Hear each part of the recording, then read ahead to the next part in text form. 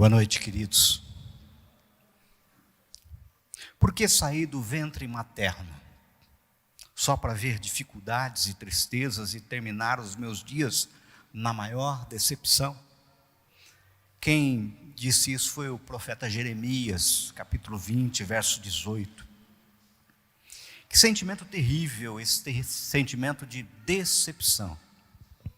Dentre algumas mensagens do pastor Ricardo Agreste, de uma série intitulada Diálogos da Paixão, uma em especial me chamou a atenção, uma que tratava a respeito justamente do tema decepção. Pelo que, a partir dessa mensagem, pensando sobre esse tema, orando a Deus, cheguei àquilo que quero compartilhar com vocês nessa noite em especial. Vejam, a decepção é uma das dores mais complexas da alma. Ela nasce quanto expectativas que temos acerca de pessoas que gostamos e confiamos, surpreendentemente não são correspondidas. No caso, decepção nos abate. A decepção muitas vezes nos deprime. Decepção é aquele sentimento que rouba de nosso coração, muitas vezes, o prazer de investir em relacionamentos, de confiar novamente nas pessoas. Quantas e quantas histórias já ouvimos de decepção? Quantos aqui já não se sentiram decepcionados? Já não se sentiram traídos? Quantos que me ouvem na sua casa já não se depararam com a situação de alguém que lhe passou uma rasteira, lhe frustrou uma expectativa? E vejam, a decepção é algo muito doido, sobretudo porque nós nunca nos decepcionamos com inimigos, pois de inimigos não esperamos nada de bom, não nutrimos nenhuma expectativa boa. Agora entendam, nós só nos decepcionamos porque temos uma visão errada da própria natureza humana. Nos esquecemos que decepcionar é condição humana. Devemos sempre nos lembrar que em nós não há bem nenhum. Recordar o ensino bíblico do pecado nos ajuda a viver melhor. Há uma lei, na realidade um comportamento típico em mim, que produz a seguinte característica: quando quero fazer o bem, o mal está junto de mim. Está lá em Romanos 7, 21. A razão disto é que todos os seres humanos se desviaram, tornaram-se juntamente inúteis. Não há ninguém que faça o bem, não há nem sequer um. Isso é a afirmação de Paulo em Romanos 3,12. Por mais duro que seja, esta é a verdade. Essa é a verdade. Talvez seja justamente por isso que Deus nos ensina a nos relacionar com os homens, mas não confiar neles. O desafio de Jeremias pode não ser politicamente correto, mas é correto em todos os outros níveis, quando ele declara: assim diz o Senhor, maldito é o homem que confia nos homens, que faz a humanidade mortal a sua força, mas cujo coração se afasta do Senhor. O profeta, logo a seguir dessa afirmativa, ele diz: mas bendito é o homem em cuja confiança está no Senhor, cuja confiança nele está. Jeremias 17, 7. Note, quando nos decepcionamos, nos frustramos, automaticamente nós começamos um processo de releitura da história. E essa releitura é quase sempre muito complicada, pois fazemos parte dessa história. Estamos no redemoinho, pois caso contrário não haveria que se falar em decepção. E nós não conseguimos ter uma visão clara. É impossível, imparcial, mas temos tão somente uma versão a partir do nosso ponto de vista, da nossa visão sobre o caso, da nossa visão sobre a nossa decepção. Com certeza, todos aqui estão, quem me acompanham pela internet, algum dia já tiveram uma decepção, com certeza. Agora eu vou dizer uma coisa para vocês. Em primeiro lugar, nós precisamos detectar a fonte da decepção, pois a decepção pode surgir das expectativas criadas pelo próprio decepcionado. Ou seja, o que decepciona não tem nem sequer participação no processo. O decepcionado criou expectativa que o decepcionador não podia corresponder. Me vem à lembrança aquele que na sua mente, no seu coração, ele está namorando. Está namorando uma garota, mas ela sequer sabe do seu amor. E confunde a atitude cortês dela com a expressão de amor. Vocês nunca ouviram, sabe, expressões tipo assim, ó, ele está namorando, mas será que ela está namorando ele? Sabe, coisas assim que as pessoas se decepcionam. A decepção pode ser inclusive com você próprio. Quantas pessoas nutrem uma expectativa própria além daquilo que é possível?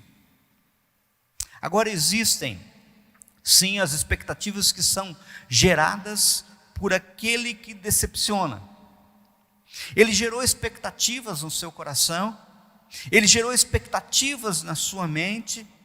Me vem à lembrança o sujeito que jurou uma aliança de casamento e de repente ele se entrega ao adultério. Me vem à lembrança aquele que se obrigou por um contrato e simplesmente não cumpre ou não se obriga. Veja, o problema aqui muitas vezes está no caráter daquele que decepciona, que gerou expectativa e não correspondeu. Ele prometeu algo que ele não podia ou não queria cumprir. Agora, existe também um terceiro tipo, que eu diria como sendo um misto, pois existiram sim expectativas que foram geradas por aquele que decepciona, mas ao mesmo tempo, essas expectativas foram superdimensionadas pelo decepcionado. Em sua mente, as suas expectativas vão além, que não podem ser jamais correspondidas. Aqui me vem à lembrança a questão, muitas vezes, das máscaras. A gente usa máscaras para conquistar a pessoa amada, e de repente a pessoa vê um príncipe onde não tem um príncipe, e ele nunca se quis se mostrar um príncipe, e de repente as expectativas foram frustradas. Ele usou, mas você também exagerou. Quantas e quantas vezes?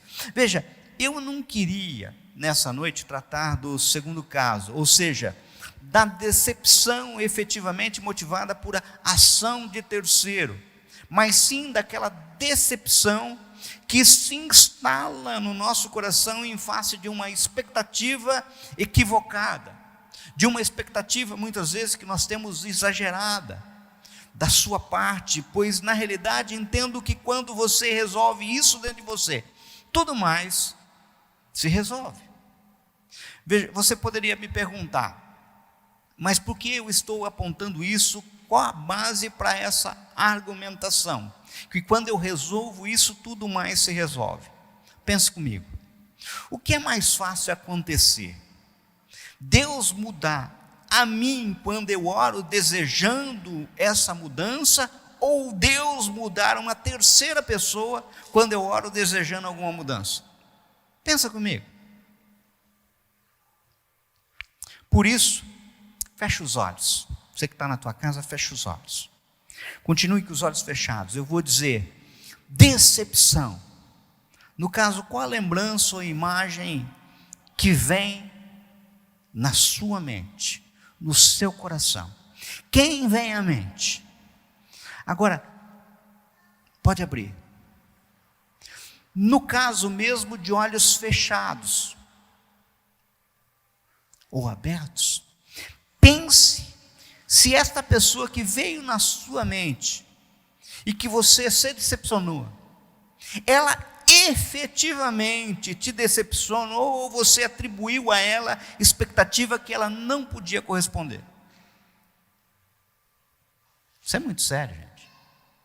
É surpreendente quantas e quantas pessoas esperam que outras pessoas as amem com um amor que elas não possuem, que elas não conseguem, mas que só Deus tem para dar. Será que a razão de sua decepção não está intimamente ligada com a expectativa e visão desumana para com aquele que te decepcionou? E no caso, diante da decepção, devemos ficar amargurados, continuar a vida toda decepcionados ou partirmos em busca de restauração? Essa é a pergunta dessa noite.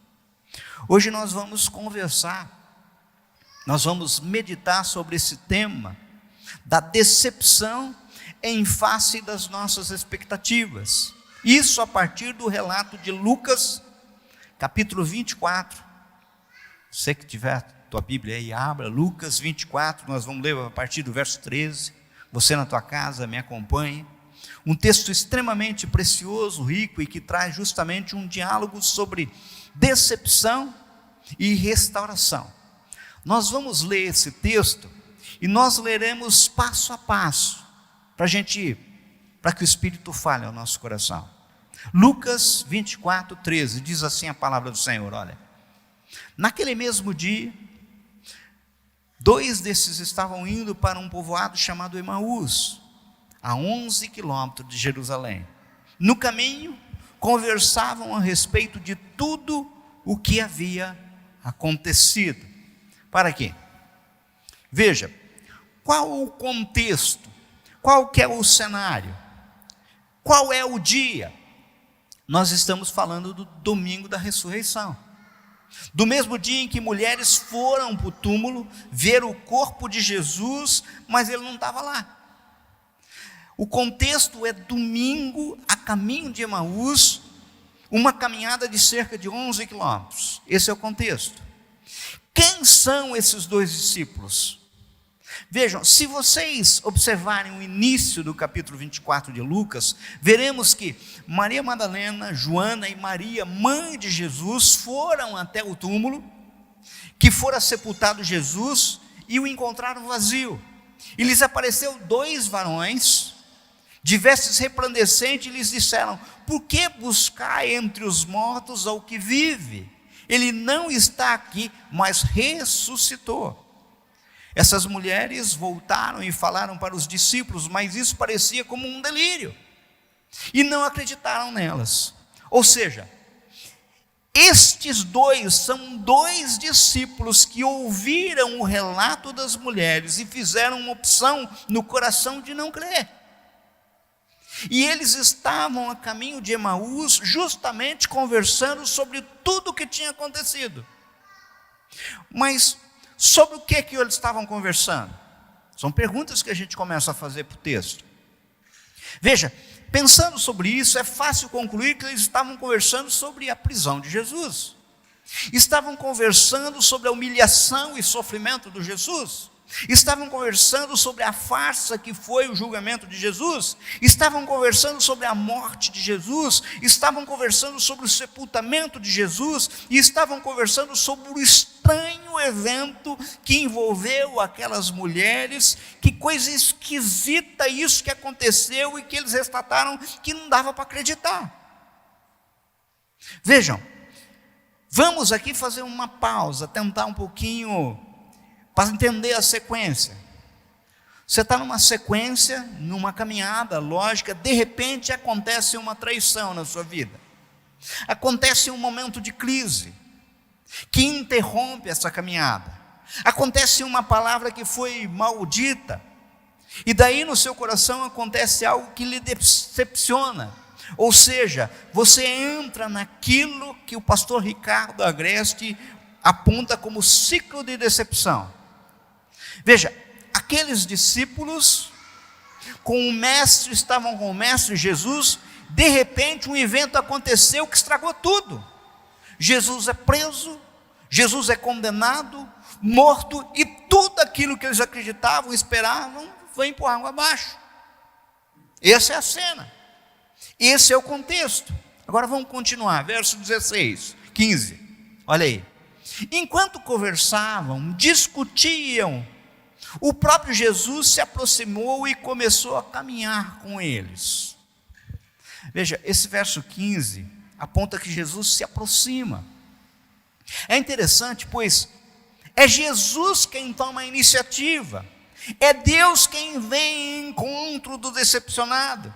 Em todo o tempo é Deus quem vem até nós. Foi assim com Pedro lá em João 21.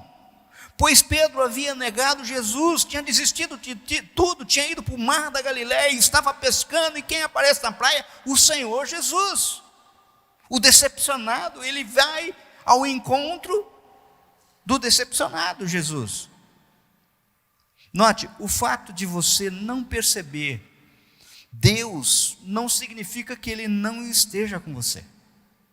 O fato de você não sentir que Deus está com você não muda o fato de Ele estar com você, de caminhar com você, porque a gente tem que se lembrar a todo tempo que o nosso Deus é Emanuel, Deus conosco. Quantas e quantas vezes não nos percebemos disso? Mas vamos continuar, verso 16. Mas os olhos deles foram impedidos de reconhecê-los. Os discípulos foram impedidos de reconhecer Jesus. Por quem? Veja, esse verso 16 nos revela que os discípulos não o reconheceram, pois eles foram impedidos de reconhecê-los. E no caso nós poderíamos pensar que eles não reconheceram Jesus, ou porque Jesus não quis se revelar, ou porque eles, esses discípulos, estavam cegos, não conseguiam ver, ou seja, foram impedidos pelo próprio sentimento de amargura e de decepção que havia tomado conta deles. Note, no caso eu acredito que o que aconteceu foi essa segunda hipótese mesmo. Pois quando estamos decepcionados, abatidos, quando nós estamos amargurados, geralmente não conseguimos ver com clareza aquilo que está ao nosso lado. Note, quando nós somos tomados pela amargura, pelo desgosto, somos tomados pela raiva, pela decepção, nós perdemos a capacidade de enxergar. Vocês já não ouviram aquela expressão cego de raiva? A raiva cega, a decepção cega. É interessante que nós perdemos até a capacidade de enxergar Deus, de enxergar as portas que Ele abre, de enxergar as pessoas que Ele coloca no nosso caminho. Mas o texto continua, olha o verso 17. Ele lhes perguntou: sobre o que vocês estão discutindo enquanto caminham? Eles pararam com o rosto entristecido. Jesus, presta atenção, Jesus inicia um diálogo aqui. É interessante, isso é muito importante, que Jesus faz há 2000 anos atrás exatamente o que a psicologia mais moderna, a técnica mais moderna ensina aos terapeutas. Jesus de início não quer falar, mas Ele quer ouvir.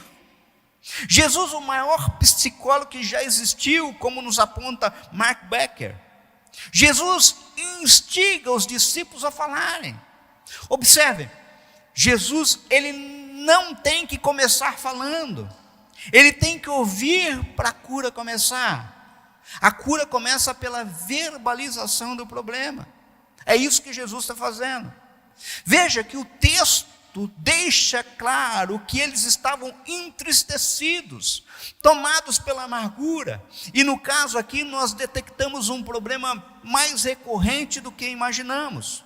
Pois convenhamos, quando estamos amargurados, quando nós estamos decepcionados, quando somos incapazes de perceber Deus na nossa volta, nós temos a tendência de falar besteira, de machucar, de magoar as pessoas que estão à nossa volta. Olha o que está no verso 18. Um deles, chamado Cleopas, perguntou-lhe: você é o único visitante de Jerusalém que não sabe das coisas que ali aconteceram nesses dias? Queridos, presta atenção. Se coloca no lugar de Jesus ouvindo isso. Nos últimos dias foi Ele que foi traído, foi Ele que foi preso, Foi ele que foi açoitado, foi ele que foi humilhado, foi ele que foi condenado por um tribunal corrupto, foi ele que carregou a cruz até o Gólgota, foi ele que foi crucificado, foi ele quem tem o lado vazado por uma lança, foi ele que foi morto, foi ele que foi sepultado, foi ele que foi ressuscitado, e esses estão perguntando: você não sabe o que está acontecendo? Você percebe que às vezes a gente faz isso com pessoas quando nós estamos tomados pela amargura e pela decepção.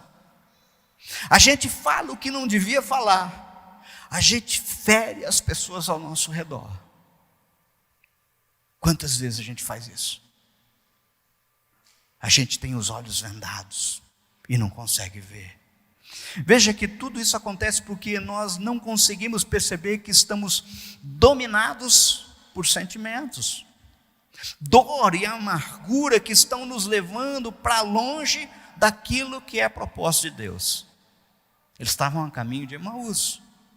Observem, Jesus como um mestre paciente, como um mestre amoroso, ao invés de descarregar a ira em face daquela besteira, daquele ataque, simplesmente pergunta no verso 19: que coisas? Perguntou ele. Que coisas são essas que estavam acontecendo? Percebam que Jesus insiste no processo de cura, na busca de que eles verbalizam. Você é o único que não sabe o que aconteceu? Que coisas? Perceba, Jesus quer ouvir a perspectiva deles. Daí nós entramos para um momento crucial de cura da amargura e da decepção, que é a verbalização da decepção que nós vemos a partir do verso 19. Acompanhem comigo. O que aconteceu com Jesus de Nazaré? Responderam eles. Ele era um profeta poderoso em palavras, em obras diante de Deus e de todo o povo. Os chefes dos sacerdotes e as nossas autoridades o entregaram para ser condenado à morte e o crucificaram. Perceba, aqui vem a frase crucial, verso 21. E nós esperávamos que ele era quem ia trazer a redenção a Israel. Esse é o ponto. É isso que está levando esses discípulos para Emaús. Esse é o coração da decepção dos discípulos. Eles esperavam que Jesus fosse um libertador político. Veja, os nossos caminhos não são os caminhos de Deus. E nós, por vezes, nos decepcionamos com Deus porque Ele não tomou os nossos caminhos. Quantas e quantas vezes nós temos a concepção pronta daquilo que nós queremos, e é do jeito que a gente quer. E pior, a matriz da nossa decepção é a falta de confiança de que Deus sabe o que é melhor para nós. Veja, você entrega a vida para Deus, fala para Ele fazer da sua vida aquilo que Ele deseja, e você está caminhando com Deus, quando de repente Ele vira para a direita e você queria ir para a esquerda. Ele se coloca em uma situação que você não deseja. Daí você para, pensa e pergunta: mas Deus, eu entreguei minha vida toda ao Senhor e você faz isso? O Senhor me decepciona desse jeito. Fala a verdade, nós não somos assim. Nós não agimos assim muitas vezes com Deus. Esses discípulos estão decepcionados com Jesus porque eles queriam que Jesus seguisse o caminho deles. Isso demonstra a falta de confiança deles em Jesus. Veja, queridos, muitas vezes nós nos decepcionamos com Deus, não porque Deus não manifestou o seu poder, não porque Deus não manifestou o seu amor, não porque Deus não manifestou a sua graça. Nós nos decepcionamos com Deus porque Ele não fez o que nós queríamos. E aí essa não é uma decepção gerada por Deus, essa é uma decepção gerada por nossa expectativa, gerada em nosso coração, gerada por nós mesmos. Até parece que nós queremos ser deuses com Deus a nosso serviço. Quantas e quantas vezes eu me deparei com pregadores falando assim: eu determino, em nome... Gente, Quem é você poder me ensinar alguma coisa? Quem somos nós? Sabe? Percebam, o texto continua, olha, verso 21. Continuando. E hoje é o terceiro dia desde que tudo isso aconteceu. Algumas das mulheres entre nós nos deram um susto hoje, foram de manhã bem cedo ao sepulcro e não acharam o corpo dele.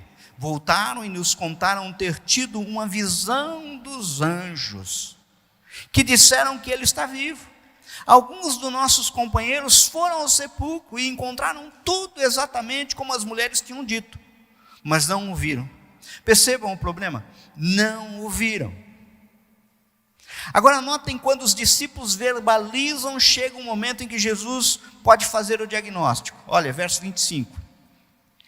Ele lhes disse: como vocês custam a entender e como demoram a crer em tudo o que profetas falaram. Jesus aqui dá o diagnóstico. Vejam, temos dois verbos aqui: entender e crer. Como vocês custam, ou seja, demoram para entender quem eu sou.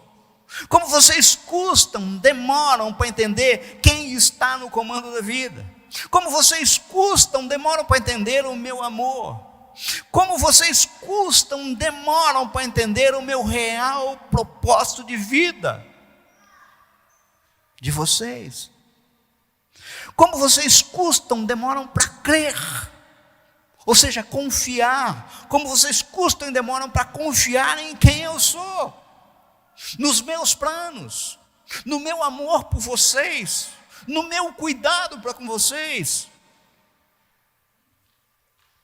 Veja, você confiar em Deus quando Ele toma os caminhos que você deseja e planeja, é fácil. Mas quando você se depara diante de uma situação em que há uma bifurcação diante de você, e a cultura diz uma coisa e Deus te diz um outro negócio, aí muda de figura.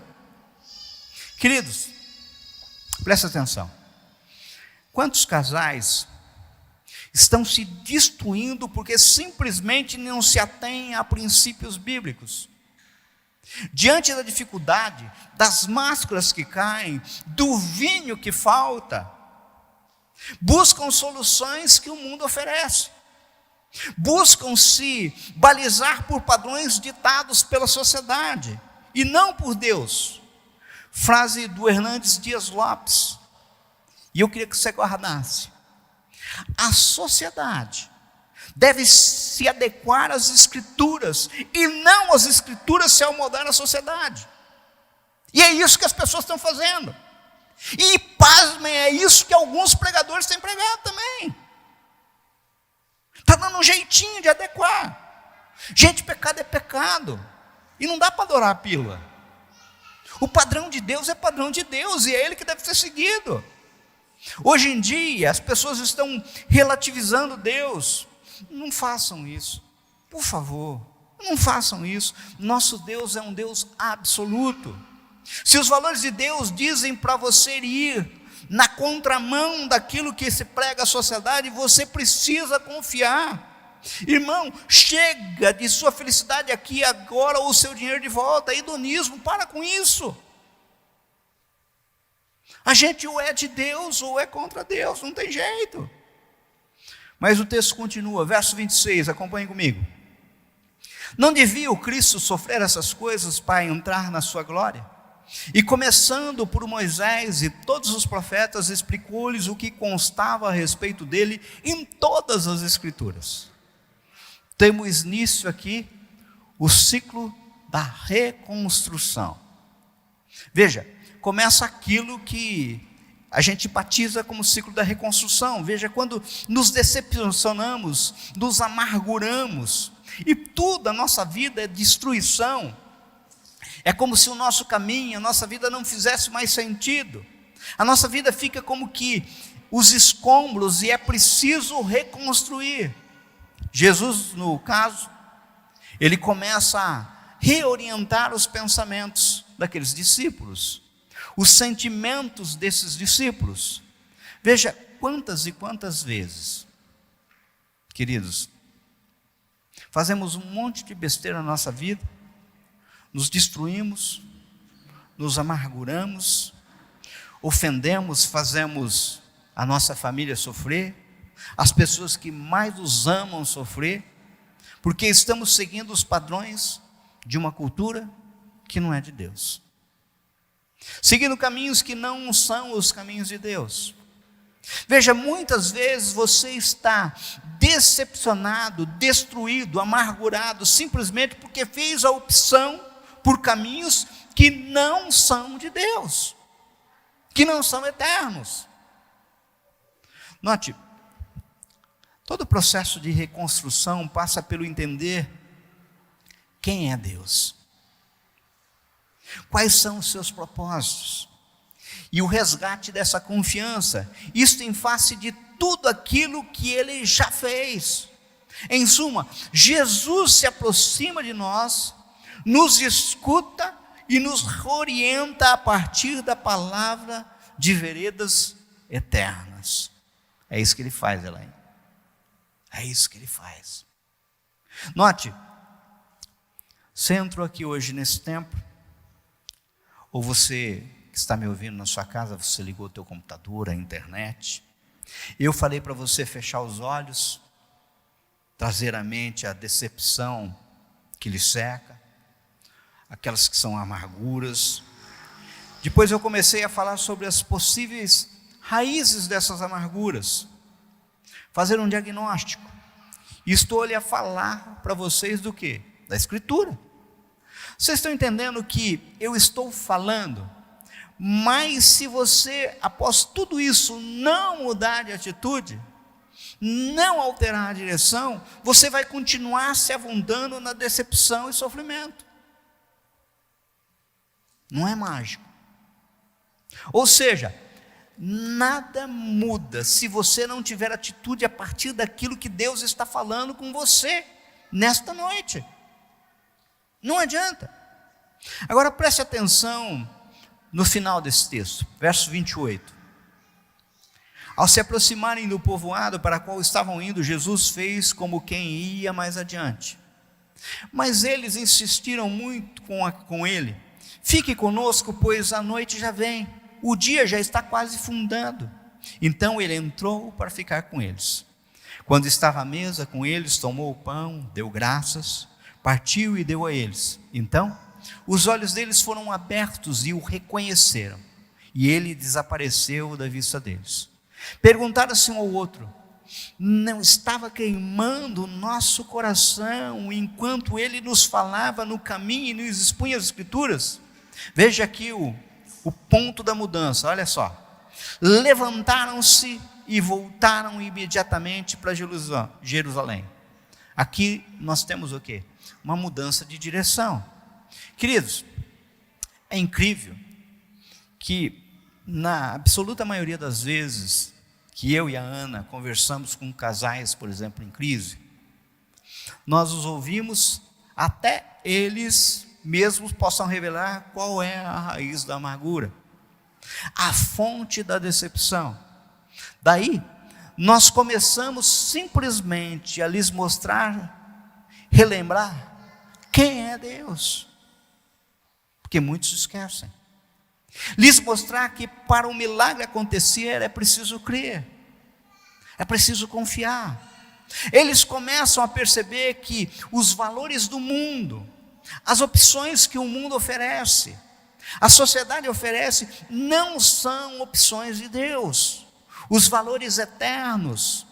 E daí chega um momento em que precisam tomar uma decisão. Precisam optar em obedecer e voltar às veredas eternas, para os propósitos do Senhor, para a restauração, para a reconstrução, ou continuarem se afundando na decepção, na amargura e no sofrimento. É a pessoa que escolhe. Ninguém aqui vai apontar uma arma para a cabeça de vocês e falar assim: aceite Jesus. Viu? Não é assim. As Escrituras são mostradas, a palavra é anunciada, a opção é tua. Verso 33, ali encontraram os 11 e os que estavam com eles reunidos, que diziam: é verdade, o Senhor ressuscitou e apareceu a Simão. Então os dois contaram o que tinha acontecido no caminho e como Jesus fora reconhecido por eles quando partiu o pão. Veja, a realidade é única. Os dois discípulos estavam indo para Emaús porque estavam confusos, decepcionados, amargurados. Mas quando Jesus vem ao encontro deles e devolve o sentido, de modo que eles possam ver quanto equivocados estavam, eles resolvem ter uma atitude: voltar para Jerusalém, onde é o centro da vontade de Deus, onde eles nunca deveriam ter saído. Amados, quantos aqui hoje estão a caminho de Emaús? Quantos que me acompanham pela internet podem estar a caminho de Emaús? Eu vou concluir. Eu poderia concluir as coisas afirmando um fato. Nós não tivemos os pais perfeitos. Não somos pessoas perfeitas. Nós não casamos com uma pessoa perfeita, nem temos filhos perfeitos. Nós não estudamos, nem trabalhamos num lugar perfeito. Não frequentamos uma igreja perfeita. Logo vamos ter queixas uns dos outros. As pessoas nos decepcionam e nós decepcionamos as pessoas. O único remédio para esse mal, o único, é perdão. Como nos afirma Hernandes Dias Lopes, o perdão constrói pontes onde a decepção cavou o abismo. O perdão cura as feridas feitas pela decepção. Veja, é quase impossível, absolutamente impossível, você ao examinar seu coração não encontrar nenhuma amargura ou decepção. Se você examinar seu coração e não encontrou nada, eu vou falar para você: examina direito. Você não deve ter examinado bem, sabe? Agora a pergunta é: tá bom, eu encontrei amargura e decepção, ela está aqui dentro de mim, e agora? O que eu faço? Bem, o Senhor Jesus, Ele está aqui. Ele está aí com você que me ouve pela internet. Você pode não estar vendo, mas isso não muda o fato de Ele estar. E no caso, acredite, de um jeito ou de outro, Ele já lhe revelou qual é o processo de cura, qual a metodologia que Ele utiliza para a restauração. Então só nos resta iniciar o processo. E esse processo começa com uma pergunta clara, direta, vindo do púlpito para você. Que tal você começar contando para Ele o que aconteceu? O que aconteceu? Que tal você verbalizar para Jesus qual é a sua decepção? Não que Ele precisa, não que Ele não saiba o que aconteceu. Quem sabe a decepção que lhe amargura não tem nenhum nascimento externo, mas nasceu dentro de você, por expectativas exageradas, equivocadas em relação a outras pessoas e até mesmo em relação a Deus. Sabe, muitas vezes eu fico angustiado, aliás, como já lhes falei, porque parece que aquilo que eu prego, aquilo que eu ensino, por vezes parece que não cria raiz, não produz efeito. Daí a Ana tem sempre que me baixar a bola, sabe? Ela fala para mim: simplesmente pregue. Você não é Deus. Você não é você que faz a obra. Em outras palavras, ela diz assim: recolha-se a sua insignificância. É isso. Pois bem, eu preguei com toda a minha limitação, sabe? E isso me lembra Jonas em Nínive, uma pregaçãozinha sem vergonha, e toda a cidade foi convertida, sabe? Eu vos falei da Escritura, Eu estou falando de Jesus, do seu amor. E acredito que o Espírito Santo está agindo. Acredito nisso. Está agindo aqui no templo, onde você estiver me ouvindo através da internet. Eu acredito que os olhos serão abertos. Eu acredito que mentiras serão desmascaradas. A verdade está sendo revelada. E que pessoas tomarão a atitude de voltar para Jerusalém, voltar para o centro da vontade do Senhor, voltar para veredas eternas, da qual nunca deveriam ter sido abandonadas. Por isso eu queria fazer um desafio para vocês nessa noite, para vocês que me ouvem em casa. Se você quer agora falar para Jesus, que está aqui, que está aí com você, qual é a sua dor, qual é a sua amargura, qual é a sua decepção, fale. Vamos falar com Jesus, vamos falar com o maior psicólogo que já existiu e que existe e está presente hoje. É noite de olhos se abrirem, de coração arder e de voltar para o Senhor. Vamos orar? Pai, que esta mensagem tenha falado aos corações e retirado escamas dos nossos olhos. Que decepções sejam curadas e voltemos todos ao centro da tua vontade. Haja arrependimento, que haja perdão, que nos lembremos, Senhor, quem é o nosso Deus. Quando nós nos lembramos quem é o nosso Deus, as nossas decepções são aniquiladas, Pai, porque o Senhor passa a ser o centro da nossa vida. Faz isso, é o que te pedimos, em nome de Jesus. Amém?